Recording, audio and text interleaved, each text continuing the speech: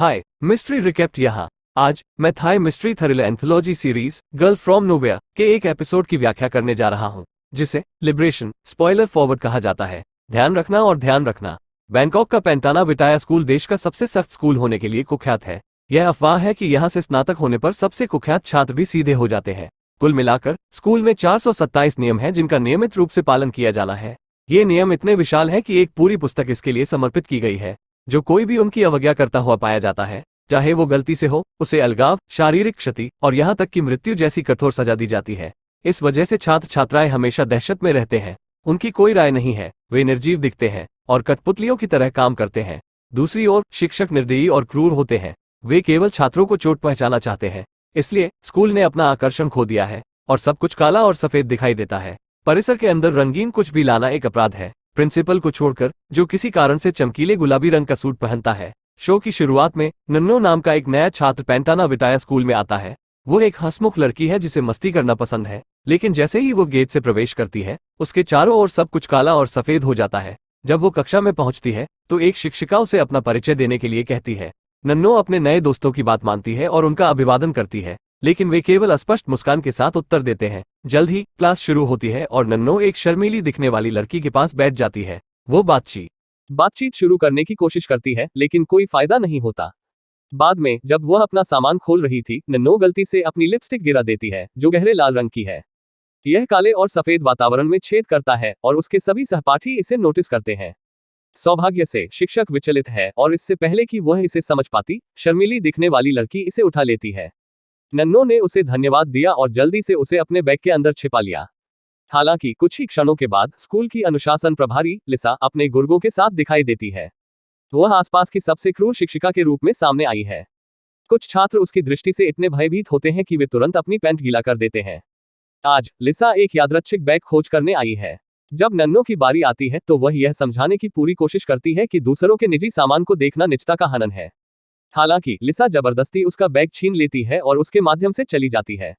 Lipstick के जल्द ही किसी भी समय मिलने की उम्मीद में पूरी कक्षा सांस रोके हुए है, लेकिन उनके आश्चर्य के लिए यह वहां नहीं है। चतुर नन्नो ने किसी तरह इसे कहीं और छुपा दिया है। जैसे ही लीजा अपने साथियों के साथ विदा होती है, वह भयानक रूप से मुस्कुराती है। कुछ ही समय बाद नन्नो अपना असली रूप दिखाना शुरू करती है। वह वास्तव में एक विद्रोही है जिसका एकमात्र उद्देश्य पेंटाना विटाया स्कूल के रीति रिवाजों और नियमों को बदलना है। वह पढ़ाई या दोस्त बनाने के बारे में परवाह नहीं करती है। वह चाहती है कि शिक्षकों को दंडित किया जाए और उन्हें उनके अपराधों के लिए भुगतान किया जाए। पहले कदम के लिए वह अपनी लिपस्टिक निकालती है, कक्षा के सामने लगाती है। एक नियम की इस तरह धज्जियां उड़ाते देख हर कोई दंग है। अगले दृश्य में नन्नो कैफेटेरिया में शर्मीली लड़की के साथ है। बाद वाले ने आखिरकार खुलना शुरू कर दिया है, लेकिन फिर भी वह नन्नो को अपनी हरकतों से सावधान रहने की सलाह देती है। वह दो छात्रों का उदाहरण देती है जिन्हें नियम तोड़ने के लिए डरावने पश्चाताप कक्ष में भेज दिया गया था। 3 दिन हो चुके हैं, लेकिन छात्रों को अभी तक रिहा नहीं किया गया है। हैरानी की बात यह है कि यह सुनने के बाद भी नन्नो को जरा भी फर्क नहीं पड़ता। इसके बजाय वह एक पागल की तरह हंसने लगती है। यह लिसा का ध्यान आकर्षित करता है, जो आसपास भी होता है। जब वह नन्नो के रंगीन होठों को देखती है तो वह तुरंत उसे पोंछ देती है और अपनी लिपस्टिक हटा लेती है। सजा के रूप में नन्नो को आदेश दिया जाता है कि चिलचिलाती धूप में खड़े रहते हुए किताब के सभी 427 नियमों को याद कर लिया जाए। हालांकि हमारी बागी लड़की इतनी आसानी से डरने वाली नहीं है। जैसे ही मिनियन देखते हैं, नन्नो किताब के अंदर हर नियम पर हंसने लगता है। यह कई छात्रों और यहाँ तक कुछ शिक्षकों का ध्यान आकर्षित करता है। लिसा भी आती है और ठीक उसकी आंखों के सामने नन्नो एक लाइटर निकालती है और किताब को जला देती है। हर कोई उसे पागल कहता है, लेकिन नन्नो बस इतना ही कहती है कि ऐसा कोई नियम नहीं है जो कहता हो कि तुम किताब को जला नहीं सकते। परवाह किए बिना उसे पश्चाताप कक्ष में घसीटा जाता है, जहां 2 वक्ता लगातार 437 नियमों की धज्जियां उड़ा रहे हैं। यह किसी को भी पागल कर देने के लिए काफी है, लेकिन नन्नो अविचलित प्रतीत होता है। वह जम्हाई लेती है और इस तरह हंसती है जैसे यह उसके लिए एक सामान्य दिन है। अगले दिन नन्नो पहले से ही अपनी कक्षा में वापस आ चुकी है। इस बार उसने अवज्ञा के संकेत के रूप में चमकीले हरे रंग का रिबन पहन रखा है। सहपाठी इतनी जल्दी उसे वापस देखकर चौंक गए और नन्नो ने खुलासा किया कि उसने सभी 427 नियमों को याद कर लिया है। वह यह भी दावा करती है कि पश्चाताप कक्ष इतना डरावना नहीं था। वास्तव में यदि सभी छात्रों ने नियम तोड़ा तो वे वहां एक बड़ी पार्टी कर सकते थे। बातचीत में धीरे धीरे उसके सहपाठियों की दिलचस्पी होने लगती है, लेकिन तभी लीजा आ जाती है। यहाँ तक वह नन्नो को बाहर देखकर चौंक जाती है, क्योंकि उसे याद नहीं है कि उसने उसे छोड़ा था। लिसा लड़की को नियमों का पालन करने की चेतावनी देती है, लेकिन बाद वाला स्पष्ट रूप से कहता है कि यह स्कूल बेकार है। पर्याप्त होने के बाद लिसा एक बार फिर नन्नो को पश्चाताप कक्ष में ले जाती है, लेकिन इस बार और भी कड़ी सजा के लिए। एक बार जब वे आ जाते हैं तो लीजा गरीब लड़की की आंखों में बेहद शक्तिशाली रोशनी चमकाती है और उससे 427 नियमों का उच्चारण करवाती है। यह पूरे दिन चलता रहता है, लेकिन शाम को नन्नो एक बार फिर अपनी कक्षा में वापस आ जाती है। इस बार उन्होंने अपने बालों को पूरी तरह पर्पल रंग में रंगा है। अन्य सभी छात्र भी अब उसके पक्ष में दिखाई देते हैं। धीरे धीरे लेकिन लगातार नन्नो अपने मिशन में सफल हो रही है जिसके लिए वह यहाँ आई थी। उम्मीद के मुताबिक लिसा उसे फिर से पश्चाताप कक्ष में ले जाती है। वहाँ वह नन्नो से पूछती है कि उसे क्या चाहिए। बैंगनी बालों वाली लड़की थोड़ी देर के लिए हंसती है और फिर जोर देकर कहती है कि वह चाहती है कि पूरे सिस्टम को बदल दिया जाए। छात्रों की स्वतंत्रता को बाधित करने वाले सभी नियमों को समाप्त करना होगा। यह सब सुनकर लिसा अपना आपा खो देती है। अंतिम दंड के रूप में वह एक सरौता से नन्नो की जीभ खींचती है। हालांकि अपार दर्द के बावजूद नन्नो अभी भी अपनी हंसी नहीं रोक पा रही है। बाद में जब लिसा अपने कार्यालय में थी, अपने दिन के बारे में याद कर रही थी, यूरी नाम का एक नया छात्र उसके पास आया। वह अपना परिचय देती है और बताती है कि वह नन्नो को बहुत अच्छी तरह से जानती है, क्योंकि वे दोनों पहले एक ही स्कूल में पढ़ते थे। फिर यूरी प्रधान निरीक्षक बनाए जाने का अनुरोध करती है, क्योंकि वह अकेली है जो नन्नो को जांच के दायरे में रख सकती है। लिसा उस पर विश्वास नहीं करती है, इसलिए यूरी अपना फोन निकालता है और उन सभी छात्रों का समूह चैट दिखाता है जो विद्रोह की योजना बना रहे हैं। वह बताती है कि छात्र क्या कर रहे हैं। इस पर नजर रखने के लिए उन्होंने एक नकली पहचान का इस्तेमाल किया। प्रभावित होकर लीजा अंततः यूरी को स्कूल का प्रधान निरीक्षक बनाने के लिए सहमत हो जाती है। अगले दृश्य में समूह चैट के सभी विद्रोही छात्रों को दंडित किया जाता है। उन्हें रात भर घुटनों के बल बैठाया जाता है। जैसे जैसे दिन बीतते हैं, यूरी लिसा का विश्वास जीतना शुरू कर देता है और उसके कार्यालय तक पहुंच प्राप्त करता है।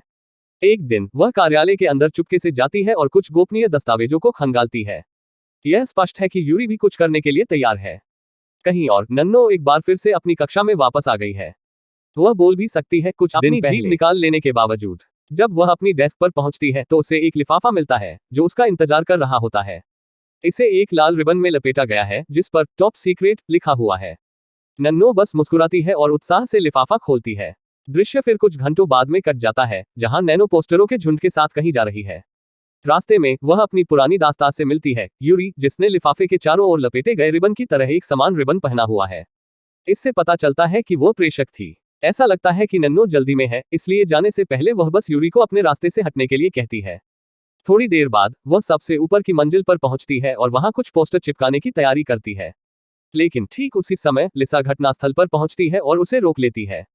वह पूछती है कि उन पोस्टरों में क्या है, और नन्नो उसके चेहरे पर एक मुस्कान के साथ बताती है कि इसमें स्कूल के भ्रष्टाचार के बारे में सारी जानकारी है। हर साल सरकार और कई अन्य संगठन इस उम्मीद में स्कूल को लाखों डॉलर का दान देते हैं कि वे अपनी सुविधाओं में सुधार कर सकते हैं। हालांकि उन निधियों का 5% भी कभी उपयोग नहीं किया जाता है। स्कूल हमेशा की तरह गंदा है, कमरे जीर्ण शीर्ण हैं और खाने का स्वाद कचरे जैसा है। जाहिर है कि सभी शिक्षक पैसे अपने पास रख रहे हैं। यह सब सुनकर लीजा अपना आपा खो बैठती है और पोस्टर छीनने की कोशिश करती है। नन्नो जाने नहीं देता और इसलिए दोनों में मामूली झगड़ा हो जाता है। हैरानी की बात है, यूरी यह सब एक कोने से रिकॉर्ड कर रहा है। थोड़ी देर बाद वह दोनों के पास आती है और अचानक नन्नो को बालकनी से नीचे धकेल देती है, जिससे उसकी तुरंत मौत हो जाती है। जिस तरह से नन्नो की हत्या की गई उससे पूरा स्कूल सदमे में है। इस बीच यूरी सभी पोस्टरों को नीचे फेंक देता है और छात्रों को यह बताता है कि उनके शिक्षक वास्तव में कितने भ्रष्ट हैं। वह अपने द्वारा पहले रिकॉर्ड किए गए वीडियो को समूह चैट में भी भेजती है, जिससे ऐसा लगता है कि लिसा नन्नो की मौत के लिए जिम्मेदार थी। योजना काम करती है और जैसे ही छात्र वीडियो और पोस्टर देखते हैं, वे आग बबूला हो जाते हैं। कुछ ही सेकंड में वे जानवरों में बदल जाते हैं और पंतना विटाया स्कूल के सभी शिक्षकों का पीछा करना शुरू कर देते हैं। लिसा भी पकड़ी जाती है और अन्य शिक्षकों की तरह उसे बांधकर पीटा जाता है। बाद में सभी शिक्षकों को मुख्य हॉल में लाया जाता है।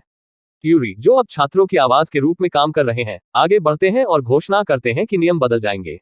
वर्षों से छात्रों को दबाया और प्रताड़ित किया जाता रहा है, लेकिन अब इसका उल्टा होगा। शिक्षकों को अपने नियमों से खेलना होगा और अगर कोई पालन नहीं करता है तो उन्हें पश्चाताप कक्ष के अंदर दंडित किया जाएगा। यह कहते हुए वो सभी शिक्षकों से एक कागज के टुकड़े पर अपनी स्वीकारोक्ति लिखने को कहती है। जबकि उनमें से अधिकांश उपकृत करते हैं, दुष्ट लिसा केवल हंसती है और कुछ भी लिखने से इनकार करती है। इससे छात्रों में से एक को गुस्सा आता है, इसलिए वह उसे सबक सिखाने के लिए उसका गला दबा देता है। दुर्भाग्य से क्षण की गर्मी में वह यह महसूस नहीं करता है कि लिसा ने वास्तव में सांस लेना बंद कर दिया है। जब सभी छात्रों को पता चलता है कि लड़के ने उनके शिक्षक को मार डाला है, तो वे अचानक उस पर फिदा हो जाते हैं। कुछ का कहना है कि उसे पश्चाताप कक्ष में भेजा जाना चाहिए, निष्पादन की मांग करते हैं।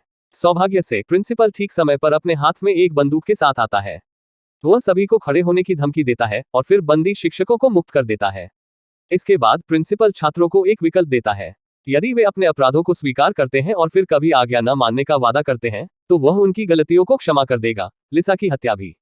उनके इतना कहते ही कई काय छात्र क्षमा याचना करने लगते हैं, लेकिन उनमें से कुछ चुप रह जाते हैं। उनमें से एक यूरी है। थोड़ी देर बाद प्राचार्य इन विद्रोही छात्रों को दंड देने के लिए एक स्थान पर इकट्ठा करते हैं। सबसे पहले उसने यूरी को बुलाया, क्योंकि वही थी जिसने यह सब शुरू किया था। फिर वह एक तेज चाकू लाता है और उसे अंजाम देने की तैयारी करता है। लेकिन तभी आश्चर्यजनक रूप से खून से लथपथ यूरी प्रकट होता है। वह चमत्कारिक रूप से मृत अवस्था से वापस आ गई है। फिर उसके 3 अन्य संस्करण दिखाई देते हैं। एक की जीभ कटी हुई है, एक ने हरे रंग का रिबन पहना हुआ है, और अंतिम नन्नो है जो अभी अभी स्कूल आया था। यह पता चला है कि जब भी नन्नो को दंडित किया गया था, एक नए संस्करण ने उसके पुराने स्वरूप को बदल दिया था। यह बताता है कि पश्चाताप कक्ष के अंदर बंद होने के बावजूद वह हमेशा अपनी कक्षा में वापस क्यों आती थी। आतंकित शिक्षकों को फंसाते हुए 4 नन्नो तुरंत सभी दरवाजों को बंद कर देते हैं। फिर नन्नो का संस्करण, जिसकी हाल ही में मृत्यु हो गई थी, प्रिंसिपल का सामना करता है और उसे बंदूक नीचे रखने की धमकी देता है। बाद वाला नहीं कहता है और उस पर ट्रिगर खींचने की तैयारी करता है, लेकिन तभी सभी छात्र अपने सबसे घातक हथियार निकालते हैं, उनके स्मार्टफोन। वे लाइव जाते हैं और अपने बुरे प्रिंसिपल को रिकॉर्ड करते हैं, जो अनुशासन के नाम पर अपने छात्रों को मारने के लिए तैयार है। यह अंततः बड़े मोटे प्रिंसिपल को डराता है और वह बंदूक छोड़ देता है। जैसे ही वह ऐसा करता है, छात्र उसके झुंड में आ जाते हैं और उसे नीचे ले जाते हैं। हंगामे का फायदा उठाते हुए चालाक यूरी भागने की कोशिश करता है, लेकिन नन्नो उसे रोक देता है। इस तरह पेंटाना विटाया स्कूल का पूरा प्रशासन घुटनों पर आ गया है। अब छात्रों को दंडित किए जाने के डर से जीने की जरूरत नहीं है। वे लापरवाह और शरारती हो सकते हैं, जैसे सामान्य हाई स्कूल के छात्रों को होना चाहिए। अंतिम दृश्य में नन्नो अपने दास यूरी को सभी शिक्षकों के साथ पश्चाताप कक्ष में बंद कर देती है। फिर अपने उद्देश्य को पूरा करने के साथ वह हमेशा के लिए स्कूल छोड़ देती है।